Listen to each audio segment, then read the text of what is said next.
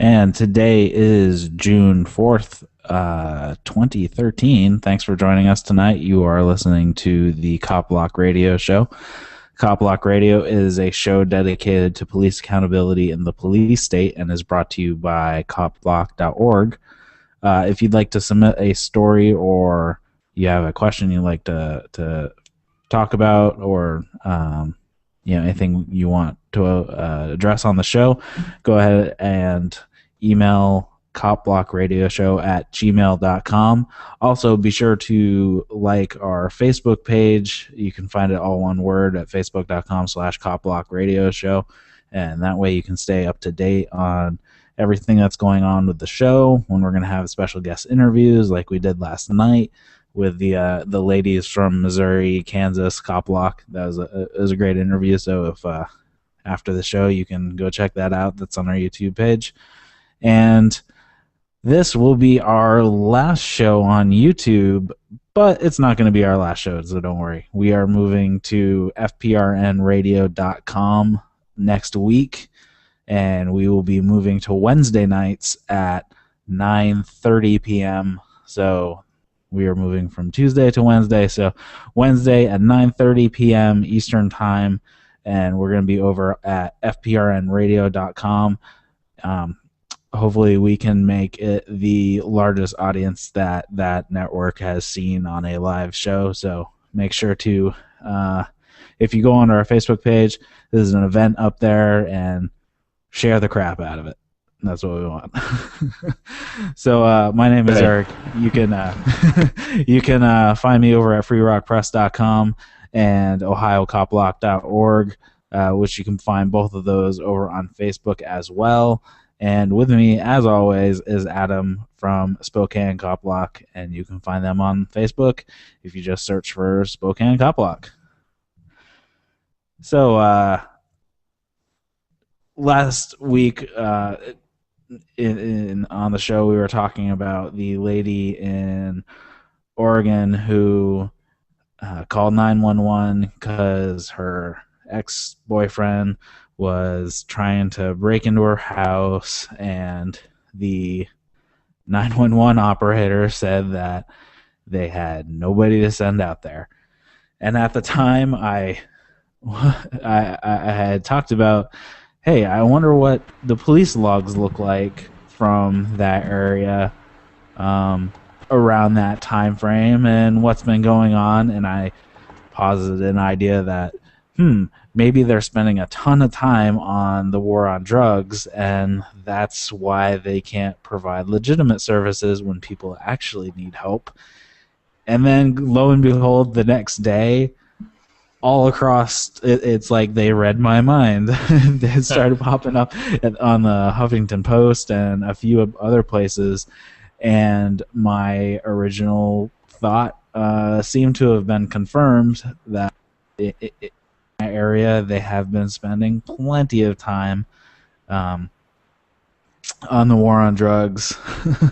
So I think that pretty much shows where all their budget is going, and why they can't provide legitimate services for people who actually need help. I remember that debate. We had a slight discussion about that. Yeah. Well, wondering if it was the war on drugs or not. Yeah, and go figure. That was the thing that popped up, and in the Huffington Post they're talking about that they've all around that time frame there are mass marijuana arrests and spending tons of money on trying to because it was around harvest time, if you will, and that's kind of when they're all out trying to get the mass amounts of marijuana that was being produced in the area, and spending tons of money to do so. So yeah, I mean, there's one that investigation was taking 30 days of interagency resources, and apparently the Oregon State Police said that they had opened 17 cases for which 26 people were either arrested or have charges pending, and the number of cases have all been sent to the district attorney where this lady was. So it seems that they have plenty of time to go after victimless crimes, but when it comes to trying to prevent a crime that is going to have a victim, they're nowhere to be seen.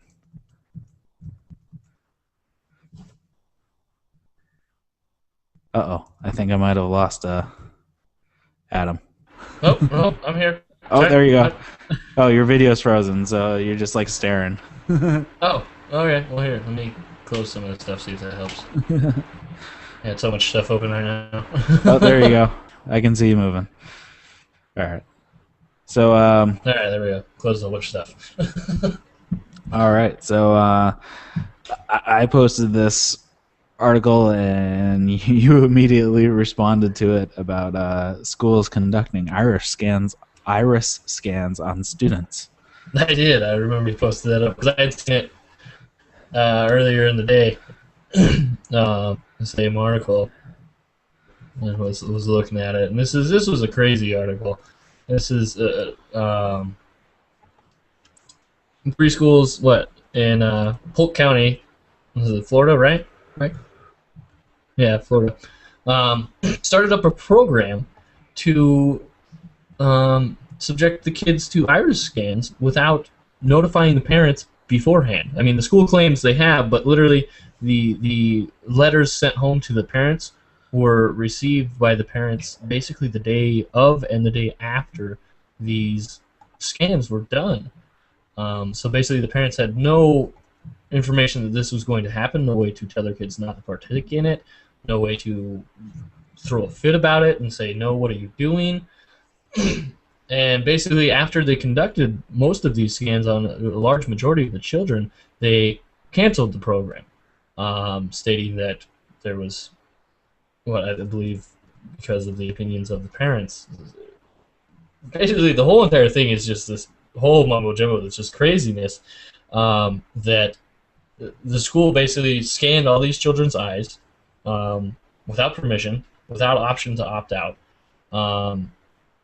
for what seems to be no apparent reason.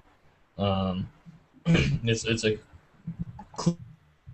clear, blatant violation of rights and permission from the parents of these children. I don't even understand how the school got away with this. And then the other part that I question is what's going to be done now. These parents have requested that this information be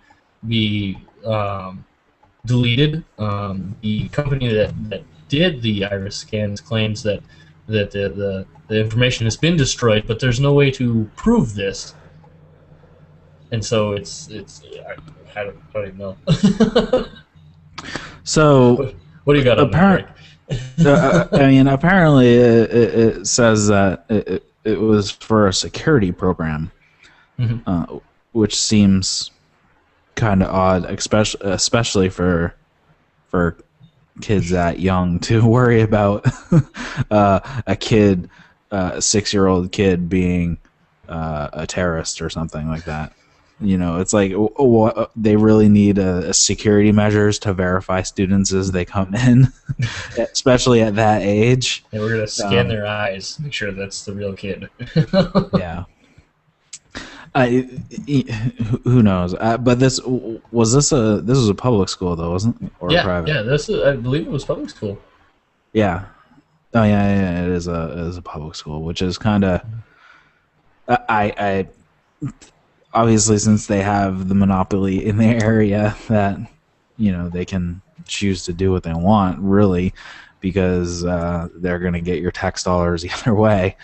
If it is a private school, then you can obviously take your kid out or not pay, and remove your child from that situation. But yeah, there tends to be a little bit more accountability in the private school area sometimes. Right. And if it was a private school who was collecting this type of data as security measures, you would be less likely for it to fall into the government's hands and they can use it however they want. I mean, the private school isn't going to, or you would hope that the private school wouldn't hand over that type of information if it was installing some sort of security measures along those lines. Yeah. So you got anything else on that? Basically, on that story is just it baffles me that the school even attempts to do something like this. I don't understand what the school itself is thinking when they think they can do something like this without notifying people, and then just claim that they notified people when they really send it out the same day they're doing it. I actually had a similar incident that happened at my children's school the other day. They did a lockdown drill about a week ago, and which is fine. It's practice lockdown drill. I mean, I agree with it to an extent, but not completely. I don't see why we need to train the children to be afraid like that and cower and hide. Yeah, and to scare the bejesus out of them. Yeah, I don't see that as a good thing in the whole picture. But I understand needing to feed to some of the parents that think this is necessary in doing it, and also from what I understand, the state requires they do them so many times in the year. But they did it like a week ago, and I got an email that comes to my phone from the school about 20 minutes before the lockdown drill. And this is to notify parents if you don't want your children to partake in it, you can come pick them up before they do it. But literally, I get the email about 20 minutes beforehand, so I'm like, oh, I don't have time to go all the way to the school to pick my child up. Yeah, I don't think that's appropriate lead time there. Yeah, so they did that one last week, and then they did one not yesterday, the day before. And literally, I got the email and a phone call. They do an automatic phone call system too. 4 minutes after the drill had started. So basically, no notification whatsoever that they're doing another one. Literally, get the phone call 4 minutes after they started the drill. Get the email about 4 minutes after they started the drill. So I waited till the end of the day and actually contacted the school and asked them, why are you doing another drill? I mean, you just did one last week. Why are we doing another one? I don't understand why we're doing this. And then why am I getting informed late after this is already being partaken? And the school's response was the fact that supposedly last week's drill had gone so horribly that the principal had requested another drill. So I don't, again, with my opinions on that, I don't agree with them doing it in the first place. But this time you ended up getting negative lead time. Yeah. Not only was it not enough time, it was past time. Like how I have no time, because I've gotten them before where they will give out like a day's notice, and I will go pick up my children and remove them from the school in the afternoon, because they usually do it in the afternoon, so they don't have to partake in that. Because I don't think that they need to be trained, that they need to cower like that all the time and over a false pretense. Yeah, and I'm sure nothing's going to happen. Well, no. As any sort of ramifications. Are so rare anyway. Well, yeah, that too. And then I don't like the thought of my children being taught to be locked down in a situation like that. And not to escape. I'm even talking about. Well, at least with the story at hand about the iris scans, nothing's going to happen as far as ramifications for them doing it in the first place, because it's a government agency and they're going to do whatever they want, you know? Yeah, no, of course. There will be no ramifications for it. All right. I mean, it's just like, man, it sounds like the police force is the school. Well, they kind of are. They're kind of hand in hand in what they do. So, yeah, it's kind of scary that they're trying to collect information on children without parental consent. Yeah. All right, so I posted a video, an article about an incident that happened back in November of 2011, and this is the one out of Scotland, correct? Is this article that's out of Scotland? I'm assuming that. Okay. Is it actually out of Scotland? I actually doesn't even pay attention if it was actually out of Scotland or if Scotland is the name of a town somewhere. I'm not 100% I sure on don't that. know, actually. I thought... I don't know. I Crap! assumed it, Now I need to figure I out shouldn't where have assumed that. I where did. I know. Maybe I should figure out where this article came from.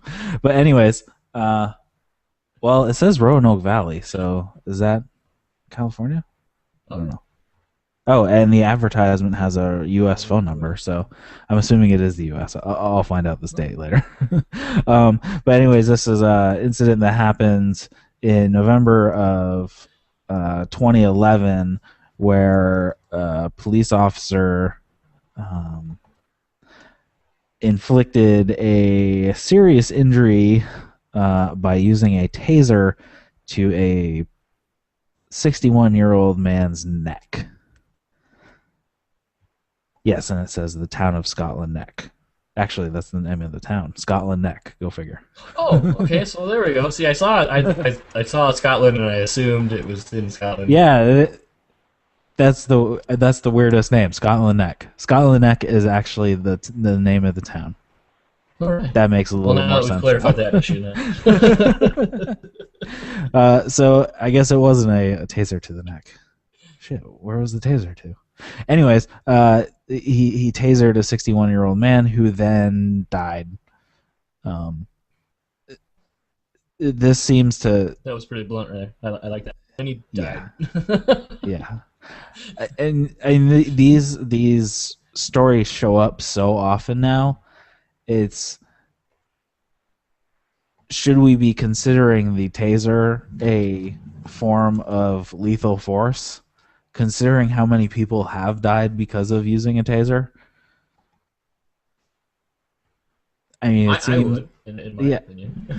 And a lot of like innocent people, like they just whip it out like there's nothing to it, and there's no lasting harm because of it, and then people are dying because of heart attacks or all this, or the guy who is having a diabetic shock episode, he like a seizure, and they friggin' tased him. So it's like, why are you deploying a taser on a guy who's having a seizure? That's not the specific case, but it kind of it goes in the whole topic of, should we start considering tasers a form of lethal force because it ends up that way so many times. It does. I would have to fully agree with that.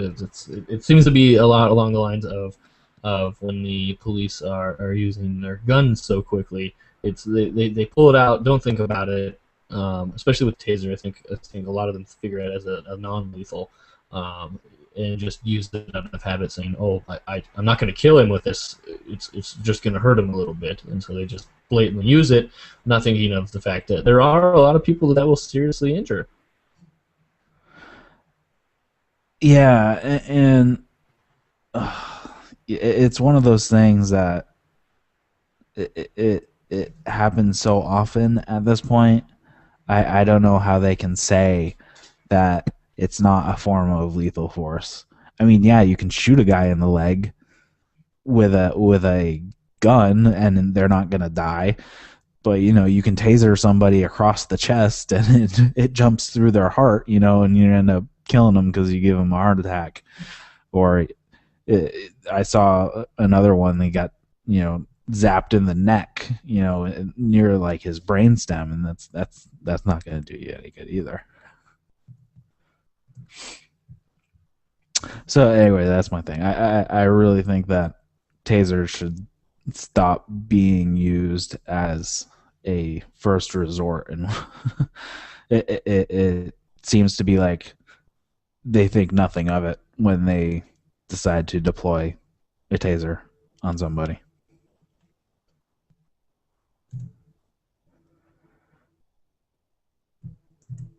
I can't hear you if you're talking.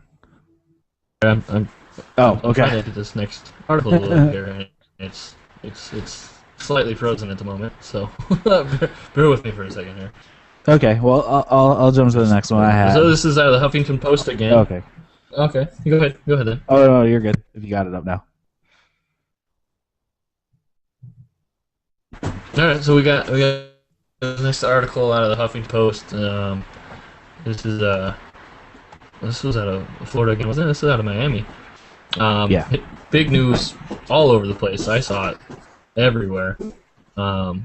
This whole week about the fact of the Miami-Dade police threw a 14-year-old boy on the ground while he was holding this dog because he was looking at them in such a wicked.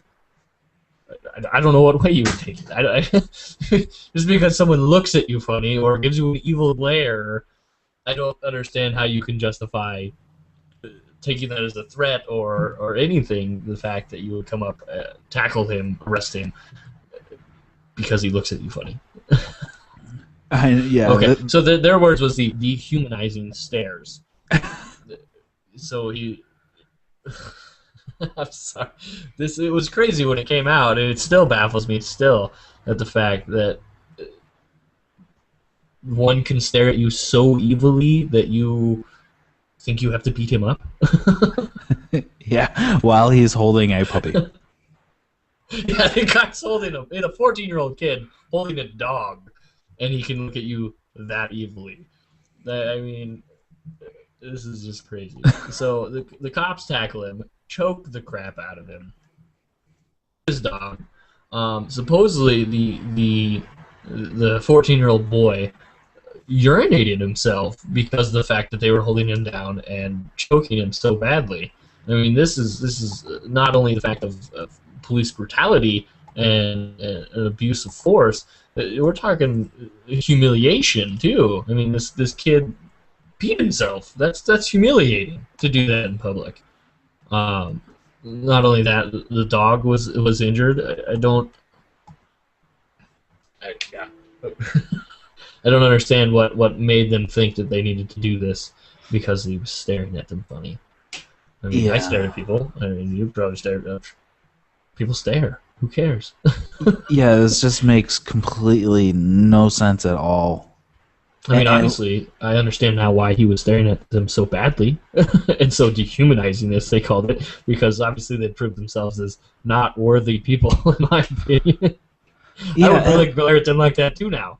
I mean he was charged with a felony for resisting arrest with violence. Well, no crap, you just beat the crap out of him and took him down for no reason. That's anybody's natural reaction, you know? And again comes the fact of you're legally allowed to resist arrest if you're being arrested unlawfully. Right. So therefore, legally, he has the right to resist because he was arrested for no reason.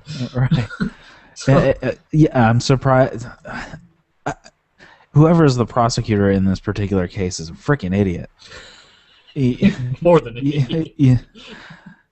I don't know why so many of these prosecutors let these types of cases even go forward to begin with. I don't either. They think they can just randomly charge people with crap and get away with it? I guess. Yeah, I have no idea. It's ridiculous. I mean,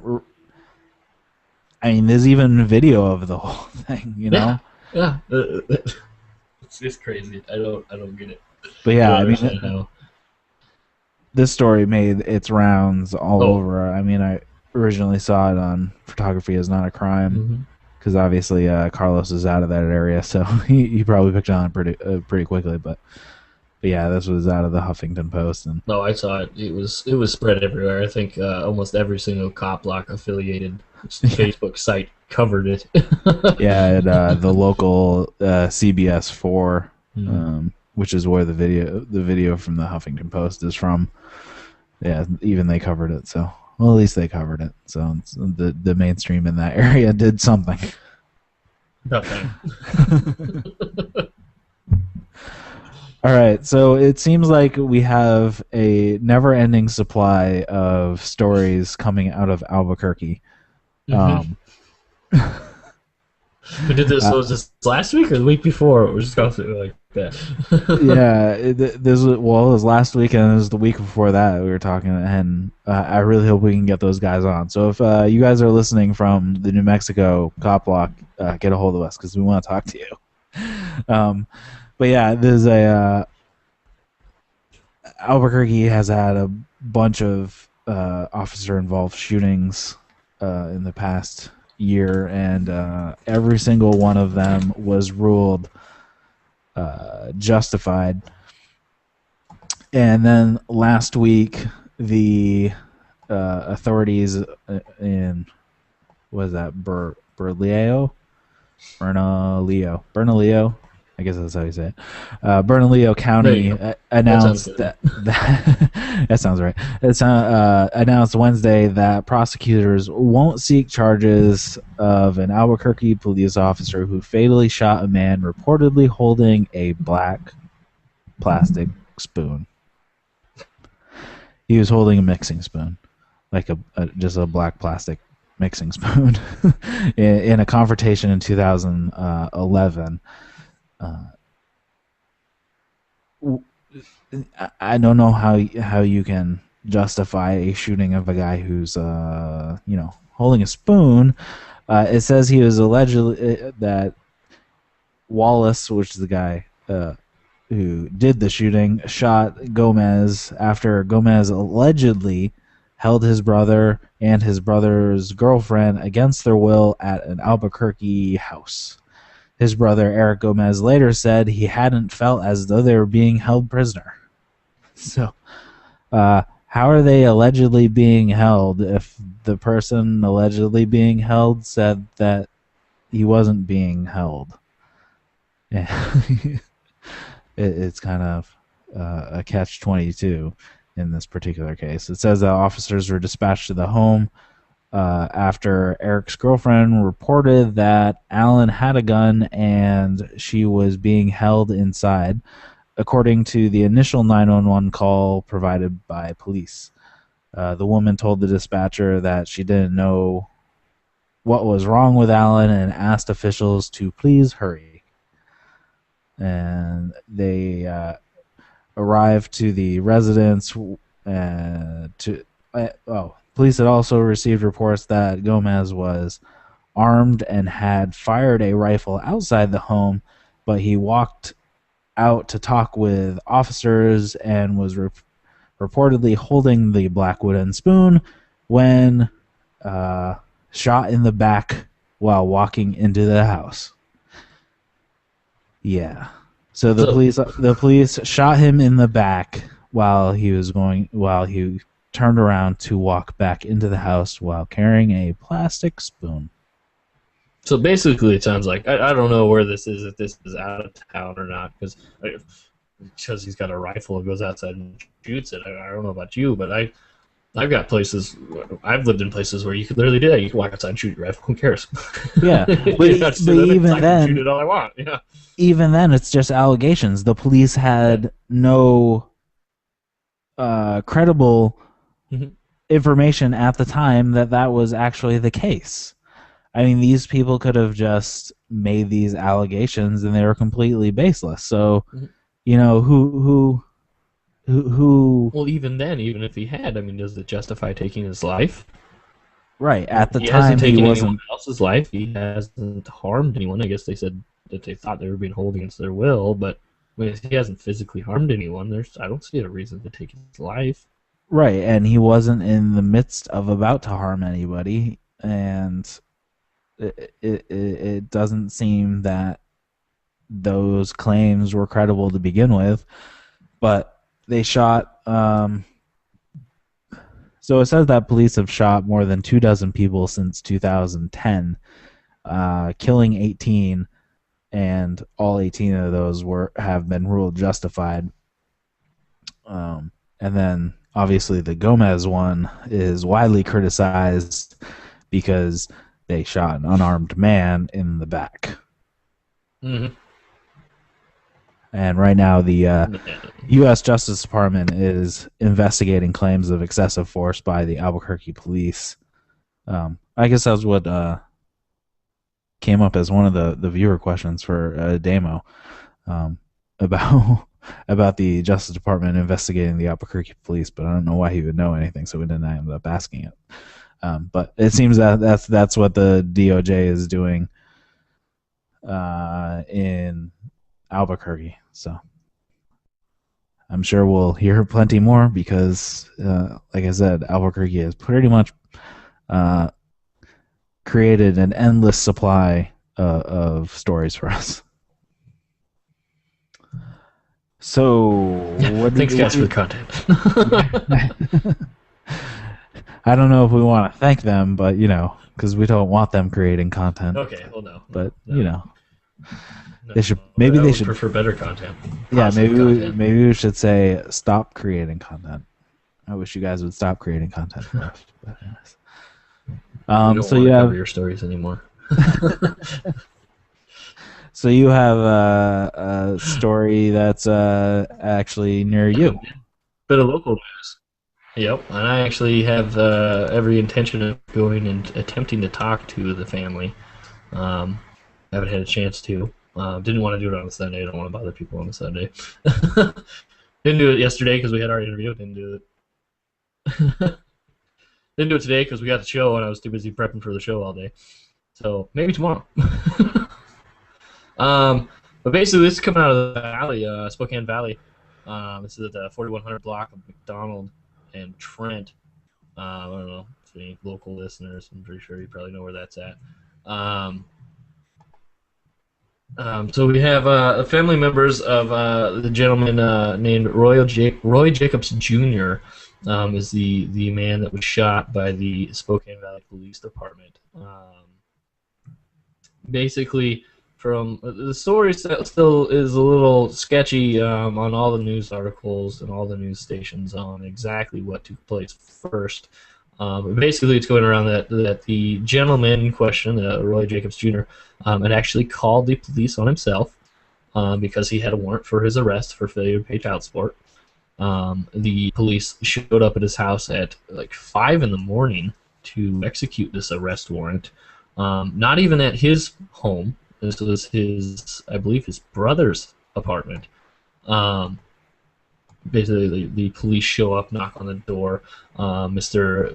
Jacobs is sitting in a chair in the living room, I believe. Police come in. He, I guess, stands up, takes a half step forward towards the officers, and the officers open fire, killing him. Of course, then the police come in and do their giant investigation, search the whole entire house. The only statement they released was the fact that they had found a knife. Now, they didn't specify where this knife was found, if it was on his persons or anything like that. But the family actually came out and did an interview with the news, stating the fact that the knife in question, which supposedly was 12 inches long, 9-inch blade, was in a thick black case behind him, behind the chair that he was sitting in. So the fact that if the police try to claim that he had the knife on him, basically the witnesses in the house that were there at the time are claiming that it was in a case behind him, nowhere near where he was when he stood up. So basically, it looks like the Spokane Police Department again got very trigger happy and decided to just open fire on a innocent man that had stood up and took a step forward. I don't care who you are. A half a step forward toward you is not that threatening. You have batons, you have flashlights, you have other means of stopping someone.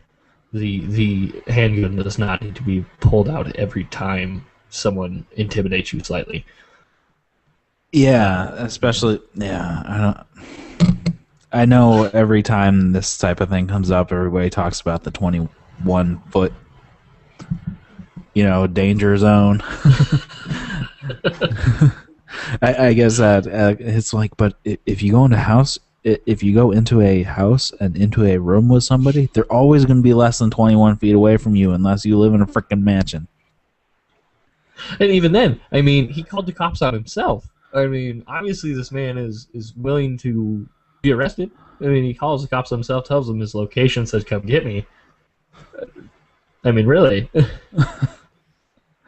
Yeah, I I mean, mean, I guess they may claim it was like what suicide by cop, but even then, that still comes out of the cop. Why did the cop shoot him? yeah, I never get that when this type of thing happens where the cop actually had put himself inside that boundary. Hmm.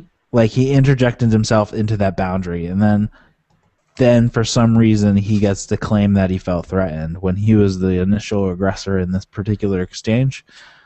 You know, like if it was police were not involved in this particular incident, you could pretty much say that the cops who came into this situation were the ones who initiated the whole thing. And in most states, when it or probably all states, when it comes down to self defense, it's uh, who initiated the action to begin with.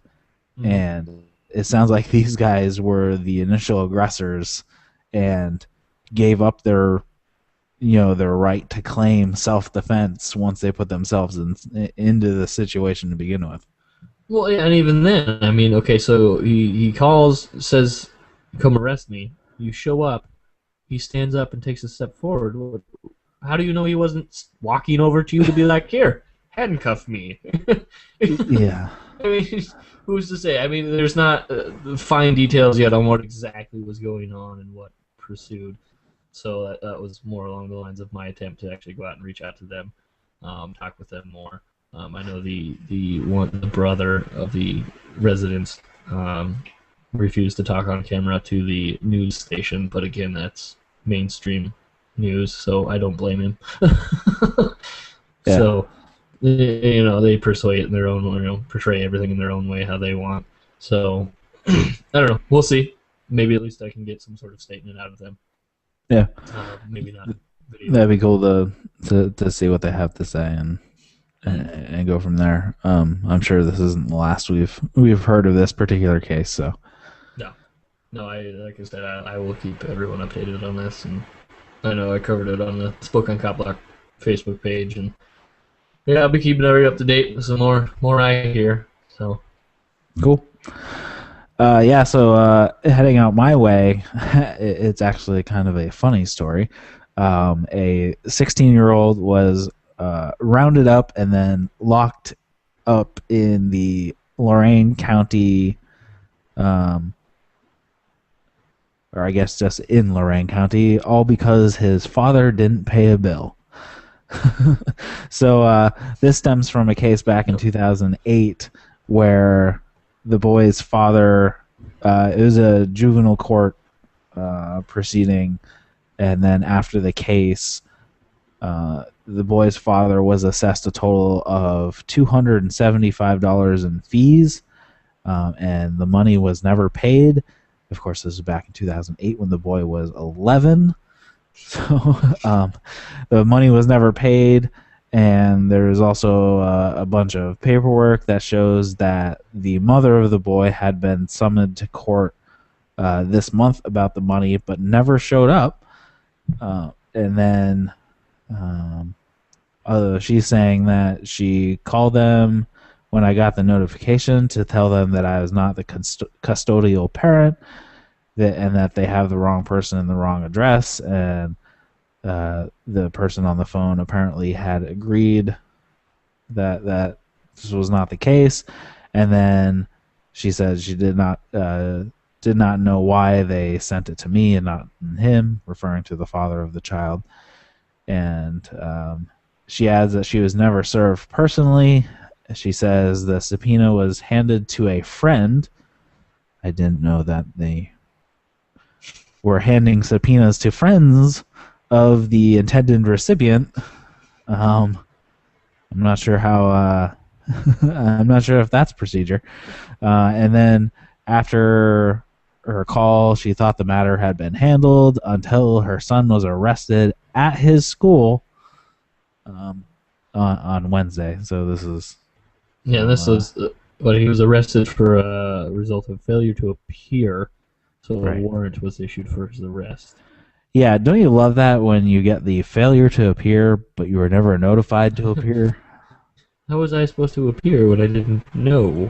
Yeah. You're supposed to know. You're supposed to check the court every day, just Yeah, in didn't you know that? case. Yeah. That's Then what you they know say. Well, you should have checked. And like, why do I need to check if I don't have anything going on? So yeah, he got brought into court and or brought to uh I guess the juvenile detention center because he is 16. But yeah, he was arrested in court for something that for a court case that wasn't paid when he was 11. Um, yeah. So For the court two paperwork, $275. yeah, $275. You go arrest the kid of the person who owes the money. From 5 years previously. That's a You haven't paid your $275, so we're gonna arrest you. no. We're gonna arrest your kid. Yeah, I guess that's how they're doing it now. They're gonna take our kids from us to make us pay our bills. So. Yeah, that's just messed up. And That almost apparently, seems like a hostage situation, almost doesn't it? I mean, if you I really know, think about right? it, this they just took this man's son hostage for failing to pay the state. Give me I the mean, money you owe me. Yeah, I mean, this is theft anyway from the state, but not only do they want his money, now they're going to take his child from him. Right. Wow. But yeah, luckily, the kid didn't spend that much time in custody. But yeah, the court paperwork shows that the dad was never summoned, and that was even after the mother gave the court the address of the dad. So they never even contacted the father in the first place, even though he is the custodial parent in this particular case, and apparently he was the one that owed the money. So they gave But the they never subpoena to the contacted. non-custodial parent? Yeah, and to the person who uh the fees were assessed to. The fees were assessed to the father. They summoned the mother, but the mother was not the custodial parent and gave them the father's address, but they never contacted the father. So they didn't even contact the person who actually owed the money to begin with. They just took his kid instead. Yeah, they just kidnapped his child instead. That's how the state does it now. We're gonna kidnap your children. we're going to not ask the person who owes us money to give us our money. We're just going to kidnap their kid instead. That's right. Yeah. Interesting. Yep. Interesting. So that was my local news for the night. All right. Well, good stuff. So our next story is out of Massachusetts. This is a six-year-old kindergarten student is accused of causing a disturbance and traumatizing other students by bringing a very tiny plastic toy gun on the bus last week. This is the gun brandished by the young boy was barely bigger than a quarter. We're talking. This is. They have a picture of this, and they have it next to a quarter. This is like a plastic army men gun. This looks like, yeah, you got your little action figure army guy, and he's got himself a little rifle with him. It's that. That is the gun in question that this 6-year-old kindergarten student brung to school and traumatized other students by bringing it on the bus. I don't know about you, but when I was in kindergarten, I was bringing toy guns to school all the time. I had all my little action figure guys, and they'd have all their guns, and we'd fight with them and make them shoot at each other. Yeah, but I'm not even talking about like the small ones. I'm talking like full size ones, like big ones, not just like little action figure ones. We used to be able to bring Nerf guns to school, water guns. I mean, who cared? Come on. And then even then, when I was a young teenager, I mean, this was before Columbine even happened. I remember going to the school I went to. The high school was next door, and literally, this is out in a small farm community. You could literally come up to the school on the school bus and look into the high school parking lot, and there would be pickup trucks of these students that would have rifles in the back window in their trucks while they're at school. I mean, we're talking they would actually have rifles on school property. This was not a big deal at all. It was, yeah, we're going hunting after school. Check out my gun. Yeah, I know. I was looking through my grandparents' yearbook. It was the same high school that I went to, and lo and behold, there it is, the high school shooting team. That's right. And they had their rifles. I mean, this was an organized sport by the school, shooting guns with live ammo. This claim that the school is making, the driver of the school bus says that the 6-year-old caused quite a disturbance and left other children traumatized. I don't know whose children these are, but these are some paranoid-ass kids that they were traumatized by this little tiny gun. These are the people I'm talking about that just cower to anything and hide behind a desk for a lockdown. I know, this tiny piece of plastic with no moving parts. Really? It's just a cast. What is he going to do with it? Poke you in the eyeball? That's about all that would happen? You should take the pencils out of your trapper keeper. Pretty sure the snap rings on the binder might do more damage than that thing. I mean, I really don't understand how he can claim that this traumatized other children. We're talking about these are kindergarten kids. I mean, I'm sure this kid probably busted it out, and all the other kids are like, "Ooh, let me see that, let me play with it." I mean, that's what my kids would have done. They're like, "Oh, cool, let me see." I don't know. I mean, this is in the report here. It talks about the mother says, "Okay, I can understand if it was an airsoft or some sort of pistol or had bullets to it, but it's literally it's a plastic toy that is like this big." Yeah. I don't even know how the school can even claim that that's a gun at all. So, but I mean, it's not as bad as like the kids earlier this year or last year or whatever it was that was suspended for making a paper gun. Or the one who was trying to make a mountain range out of his Pop-Tart, and it looked too much like a gun. Yep. All that, the Pop-Tart gun, the bubble gun, the whole incident with the little girl that brought the little bubble gun that made bubbles. Yeah, this is, I don't know. Or now this is not new, but it just popped back up in the news again about the deaf kid who his name sort of looks like his sign language. His name in sign language sort of looks like a gun. Yeah, it looks like he holds his hand like this, like he has a gun. And the school literally wants him to change his name. Who is the state to say you have to change your name because your fingers point like a gun when you sign it? No. I'm freaking ridiculous. Oh my god. This is so far out of hand. I don't even understand how the schools still get away with this. It's so far past the point of out of hand of this zero tolerance on guns if you make a remark about a gun or anything. It's too much paranoia. I don't. Yeah. I know. It's so freaking ridiculous at this point. Everybody, I wish they brought back the high school shooting team. That would be awesome. Promote guns. Teach them safety and how to handle them properly. Don't scare them with them and make them paranoid of them. I mean, that used to be part of phys ed. Phys ed, you learned how to shoot a gun in freaking school. Mm-hmm. But now it's safety about it. I mean, this is no. You shouldn't be afraid of them. I mean, these are the kids that are going to grow up and become police officers and be afraid of guns, and then just pull them out and randomly shoot people because they're like, "Oh, I thought he had a gun. He had a Pop-Tart." Or black this is spoon. what we're teaching these kids: is to be so paranoid of guns. I know. He had an assault spoon. What? It was black. That makes it an assault spoon. That's right. That's right. If it was wooden color, it wouldn't be an assault spoon. Is that what it is? Well, no, because then you could claim it was an old rifle. I thought it was a wooden stock. Well, I'm just saying that everything that they call a assault weapon is just because it cosmetically looks like something, you know. Yeah. So if the spoon's white, you're good, but if it's black, then it's suddenly bad. Yeah. Yeah, maybe we'll get a tree branch and make it look like a gun and walk down the street with it and see what happens. No, I really won't do that because I actually might get shot. I'm not even going to attempt that. If you do what? If you carry go get a tree branch and break it in such a manner that it looks like a gun, and then walk around with it.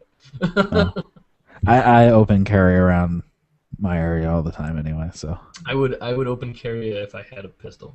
I don't have a shotgun, but I just yeah, I that mean, it I know I looks can kind of do it, funny. and it's You fully can, legal, but it's just so big and bulky, and it just causes way more attention that I don't yeah. want.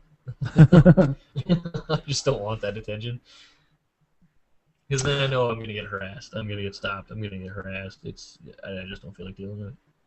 Yeah, so far I haven't had any incidents at Yeah, all. The only people who have said anything are like, "Hey, nice gun."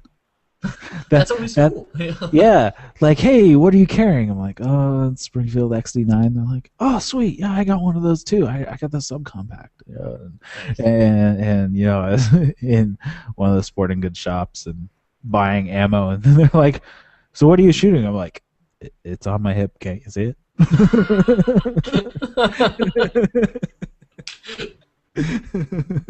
Yeah, and I've even gone to like grocery stores in the middle of the night, and they always have the rent a cop, which is a city cop or whatever, Yeah.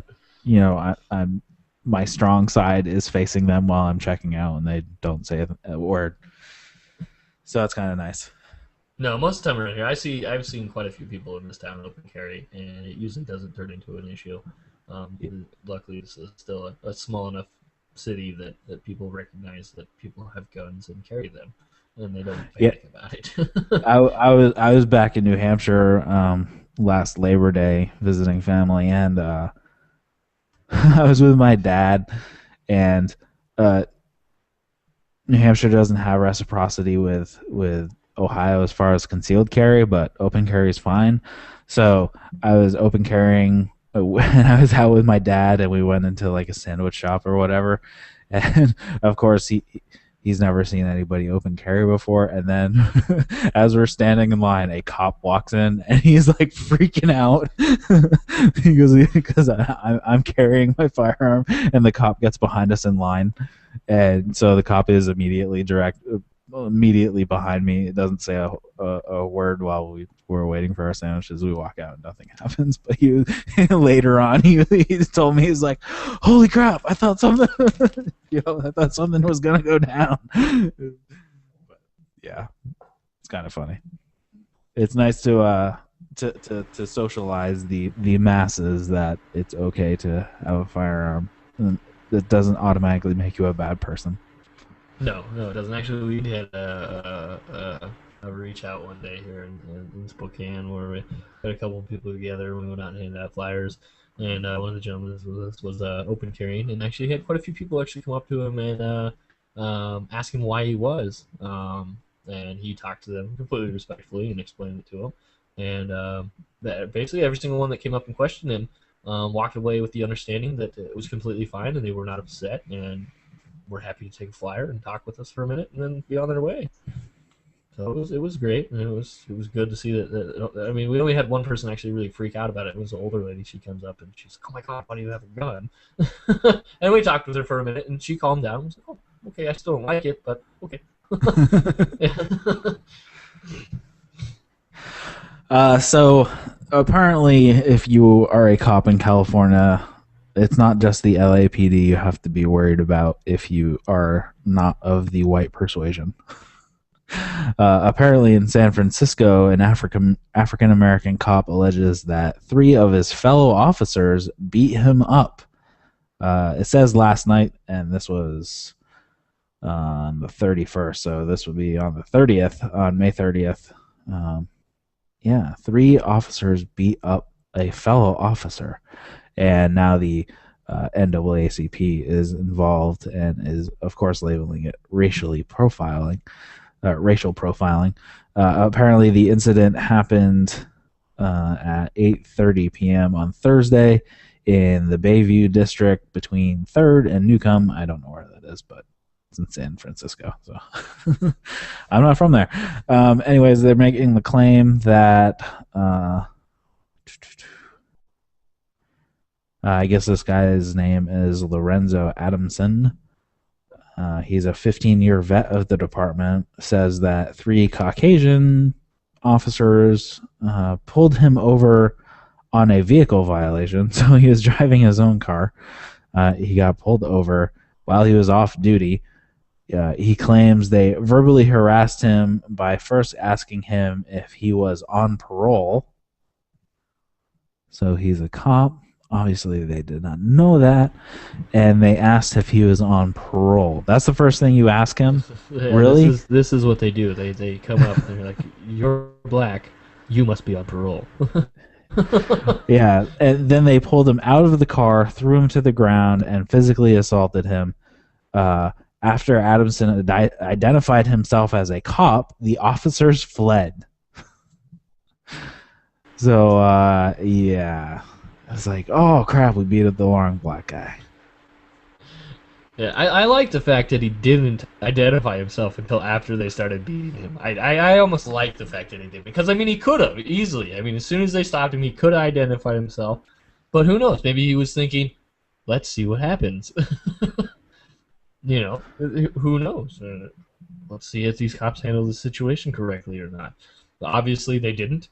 Now we know this. Yeah, so it says that he was pulled over for multiple traffic violations, including not having a license plate. I don't know why he's driving around without a license plate, and having dark tinted. He's an officer. He thinks he can do that. Yeah. And having dark tinted windows on the driver and front passenger side. Apparently, that's a no-no in California. We can't spy on you through your windows. Yeah. I know that's one of those really can't annoying have privacy in your own vehicle things. After being directed to pull over, apparently he failed to comply right away. After he finally pulled over, and the situation, quote unquote, deteriorated into a physical confrontation, but that before the assault, at no point did he identify himself as a police officer, which, like you said, is awesome that he didn't try to weasel his way out. Why does he need to? I mean, why does one need to identify themselves as a police officer? I mean, if anything, if he would have identified himself in the beginning, he would have been like, oh, I can get away with whatever I want because I'm a cop and I'm going to state that and you're going to leave me alone. So, I mean, the fact that he didn't identify himself shows that he wasn't trying to just get out of them talking to him and not pull him over by using his badge as an excuse to get away with whatever. He was willing to stop. I mean, obviously he didn't at first, but he did stop and was willing to talk with the officers about what he had done wrong without identifying himself, which I look at as a good thing.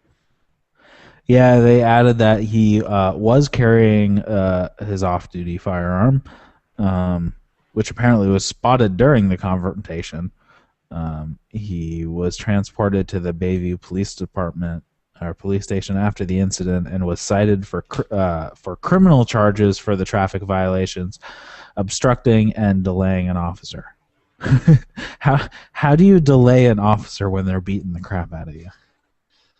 They shouldn't have had to do it. Yeah. You made me do this. Now I'm going to be late. Yep, you made me beat the crap out of you and didn't tell me you were a cop, so I didn't do it. And I could have been eating donuts down the street or something. I could have been harassing another fellow citizen for no reason. That's what it is. Keeping them from revenue generating at that level. Yeah, so we'll see how that goes. The case is now sent over to the Internal Affairs Division of the San Francisco Police Department. So we'll see how it goes from there. Alrighty, so got another slightly local one for me. It's the other side of the state, but oh yes, this is a good one. Hold on, we're loading slow again. I'm sorry. We're gonna have to start printing these out. Yeah, we totally need to start doing that. I fully agree with that. Can't do this loading pages thing anymore. We'll be doing that next week when we're live on FRN Radio. All right, so we've got this is in the port of Tacoma, obviously here in Washington State. This gentleman doesn't state his name, but he says he goes by Rogue Reflections on YouTube. But this gentleman was at the port of Tacoma with his camera, taking pictures and video, which is completely legal, and open carrying at the same time.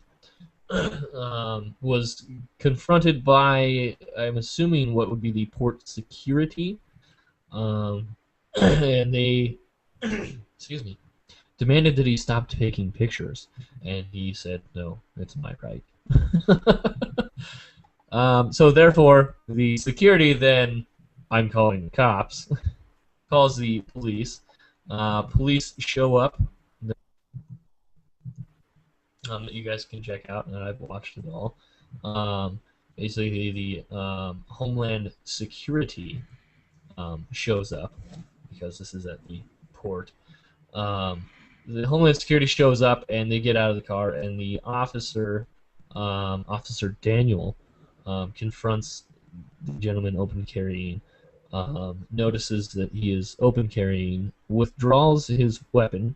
The Officer Daniel pulls his firearm out. Doesn't actually point it at him, which was good, but pulls it out and starts yelling to the other officers that he has a gun. And I mean, literally, you watch this video, he screams "gun" over and over and over again, like in a panic. Which, in a situation like that, where he's claiming he's got his hands clearly where you can see them, he's holding a camera. He's like, "I'm not touching my gun. I'm not a threat. I'm open carrying. It's fully legal." And this other man is just screaming in this panic. So they're, "Gun, gun, gun!" And I'm like, I was expecting one of the other officers to pull their guns and shoot him randomly. I was like, this Officer Daniels is panicking, and like seriously panicking. It was ridiculous. I mean, this is our Homeland Security, and he can't handle when a civilian has a weapon on him. I mean, he just panicked. It was ridiculous. So he argues with him for a while. Luckily, they called the supervisor. Supervisor shows up, has a nice conversation with this gentleman, tells him he's fully allowed to film, fully allowed to open carry, was not intimidated by the fact that he was open carrying. Later, this officer walks right up to his face. "Hey, how you doing?" While this gentleman has a gun on his hip, which was great. I mean, props to this other officer. It was greatly handled by the supervisor. Poorly handled by Homeland Security. I mean, did you see the video, Eric? Did you watch it? I haven't watched it yet. It's been in my queue, but I just haven't had time to watch it. Yeah, you gotta watch this Homeland Security, this Officer Daniels. I mean, he just goes into this panicking rage of, "Oh my God, this guy has a gun." I mean, holstered. In the thumbnail of the first video, does it look like his finger is inside the trigger guard? I actually, when I was watching the video, I actually rewound because I actually thought it actually slipped in there, like he had his finger on the trigger. But from watching it, from my opinion on it, it doesn't look like he ever actually touches the trigger. Oh, okay. He's got it right on the side, but it's not on there, because I thought that at first when I was watching. I was like, "Whoa, did he just put his finger in there like he's ready to shoot?" Not cool. It's poor. And then again, the Officer Daniels refuses to identify himself. Is requested multiple times by the gentleman open carrying to identify himself with his name and badge number. Officer Daniels refuses. So luckily he zoomed in with his camera and got the fact that his name is Officer Daniels. That's the only reason why we know this is Officer Daniels. Because I'm pretty sure I wouldn't have walked towards him to try to read his name. He does finally holster his weapon after a few minutes of being paranoid and yelling and screaming.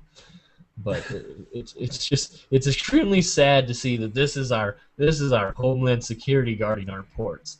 This gentleman Officer Daniels that works for our Homeland Security is that paranoid of guns. Well, I mean, they're Homeland Security. I mean, they're constantly looking for bad people. It's not like they have to deal with the general public in general. I mean, yeah, they're expecting. I mean, they've been trained to basically expect to find somebody. You know, which they've never found. Right, it never happens. They've never found a terrorist. Yeah, what's that? Look, I stopped a terrorist. Said no TSA agent ever. Yes, no, never have they. So it's good and bad. Ridiculous. Port security doesn't know that we're allowed to take pictures, and they panic and harass him about taking pictures. And then we got security that shows up and has to be paranoid about guns and freak out and yell. And I'm seriously shocked that this gentleman wasn't shot. was how bad this Officer Daniels freaked out. I was like, oh, he's shot. I was really expecting this video for this guy to shoot him. That's what I was expecting. Um, and then obviously greatly handled by the supervisor, which what I don't know if it actually has his name here in the article. I'm gonna have to watch the video to get his name. But yeah, that is good that it got diffused by somebody who actually knew what was going on. The supervisor handled it very well. Props to him. Good job. Yeah, somebody needs to go back to training on Homeland Security. Everything apparently. All right, so it was either last week or the week before we talked about a California incident where a special needs student was part of a drug bust. Well, I guess they wanted him to go try to buy marijuana, and of course, it resulted in an arrest of a 13-year-old boy on campus selling marijuana, and now the special needs student has been pretty much labeled a snitch and is being bullied and threatened with violence, and now the parents have filed claim against the Temecula Valley Unified School District. Actually, they did that in early May. And let's see, where is it? This is why we teach our children to not talk to police. Yeah, it says it's an action that is usually a precursor to a lawsuit. Quote, "My husband and I were just dumbfounded. How is this okay?" The mother of the boy said. So yeah, now it seems that this young boy, who had been taken advantage of by the police and school administrators, is now facing bullying and threats of violence, and yeah, all because the school district didn't take into account his needs, and were just trying to, continue their war on drugs, their racket on the war on drugs. Yeah. It's just kind of ridiculous. No, it's sad. It's sad that the fact that they need to use special needs children to help them with their drug busts, and then not alone the fact that it's marijuana, which California has legal in a medical form and has tried multiple times not to legalize it completely, but the fact that they're going to push it that hard to bust it from the school kids, again, with the fact of why are we educating? Why are we arresting? Yeah, that's always the problem. We go straight to arrest when all these types of problems should be education and treatment and all that type of stuff. But it's just straight to punishment. Mm-hmm. And, there's that meme out there that has a police officer and it says, drugs are going to mess up your life, and if I catch you doing them, I'm going to arrest you and mess up your life. Yeah. Drugs will destroy your life. I think it's drugs will destroy your life. So I'm going to, if I catch you doing them, I'm going to arrest you and destroy your life.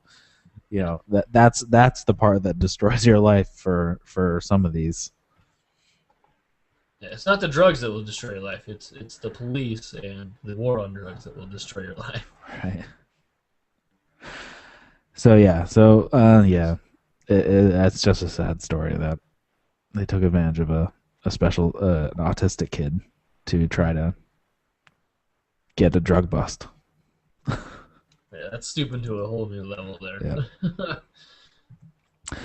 So you have a story that is actually close to my heart, from Los Angeles. Yeah, so Los Angeles, California, you got according to a CBS report, a private school in California was locked down for 3 hours.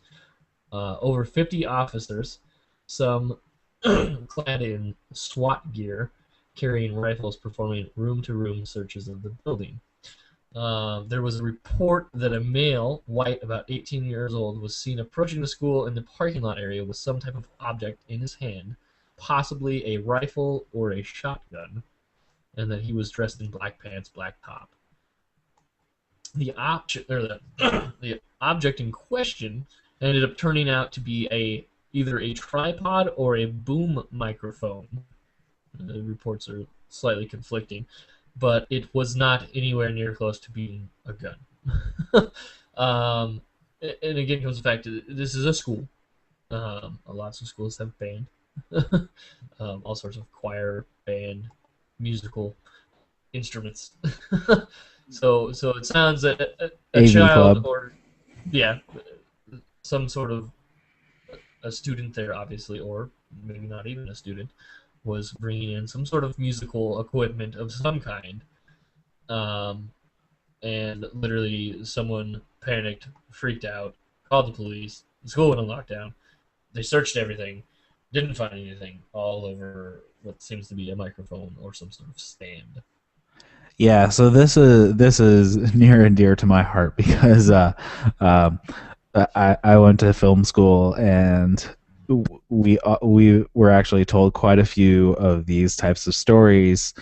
Um, One was, hey, you should, if you're doing anything in the public view while if you're filming something in the public view, make sure you contact the police department ahead of time if you're going to do something that may look like a crime is in progress.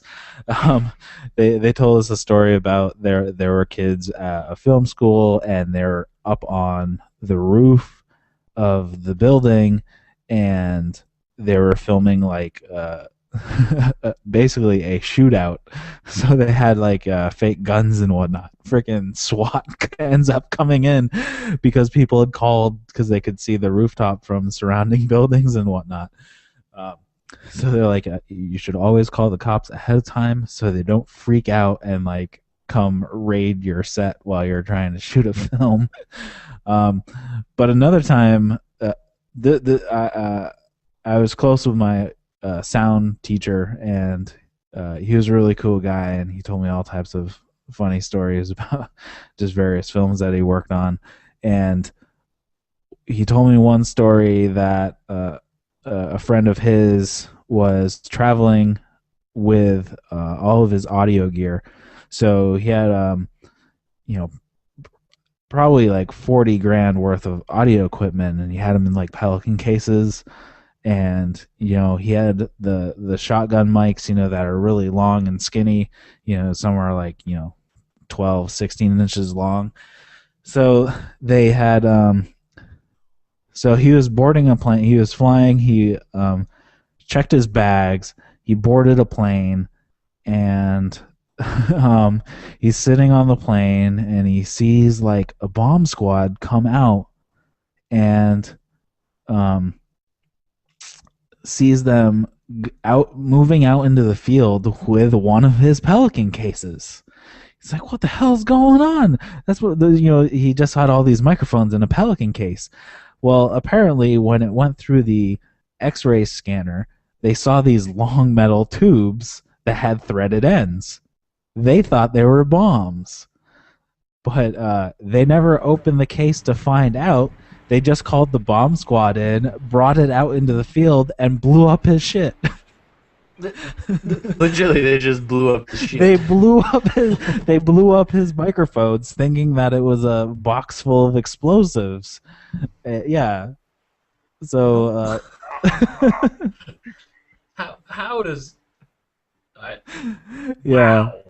I know. So that was one of my favorite stories he told me about that. Yeah, his buddy. Yeah, they blew up his microphones because they saw these long metal tubes through the X-ray thing with threaded ends.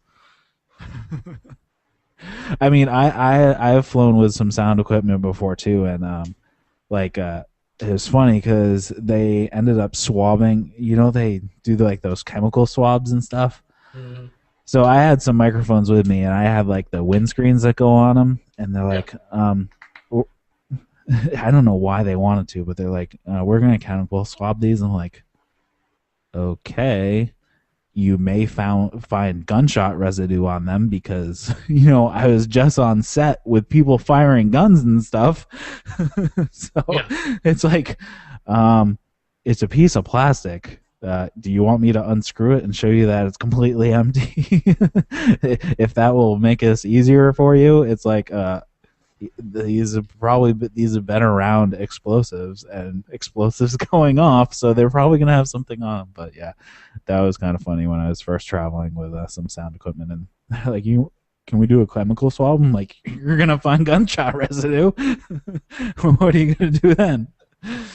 But then nothing happened. So, but yeah, I thought this was a great story that the friggin' SWAT gets called in for a kid carrying a shotgun mic or a boom mic or whatever.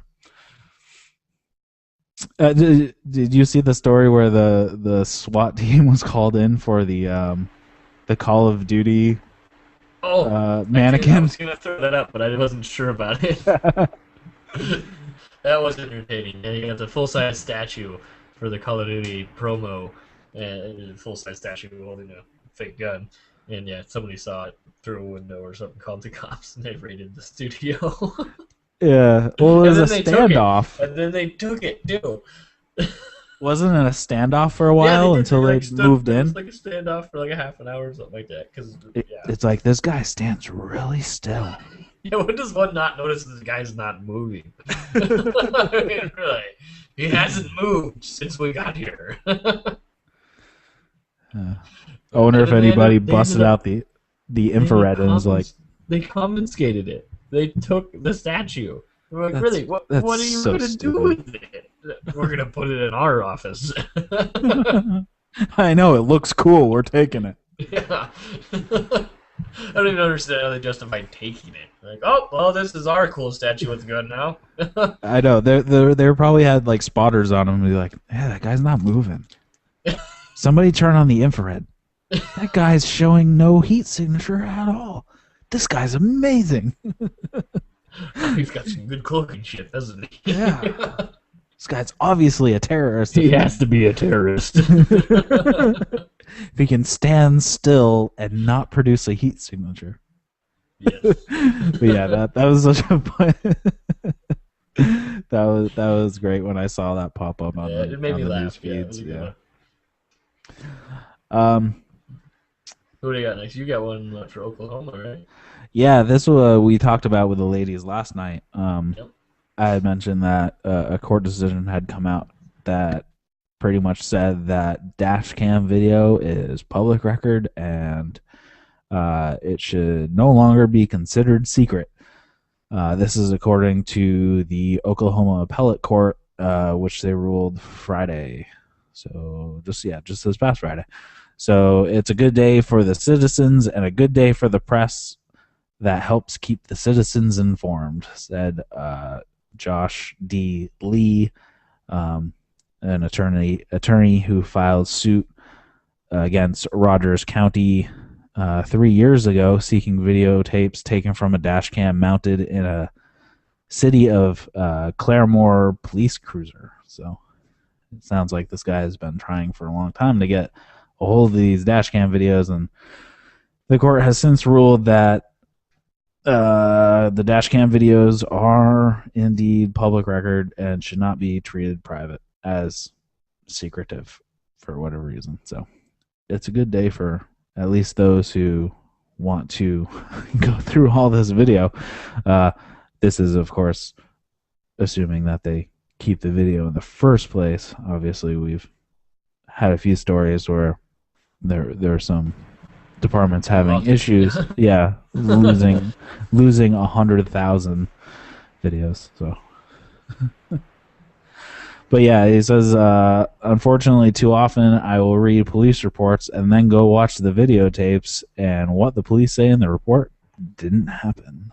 So it's good to be able to get those records, because they're going to be at least objective to what actually happened and not just subject to what the officer writes down on a piece of paper.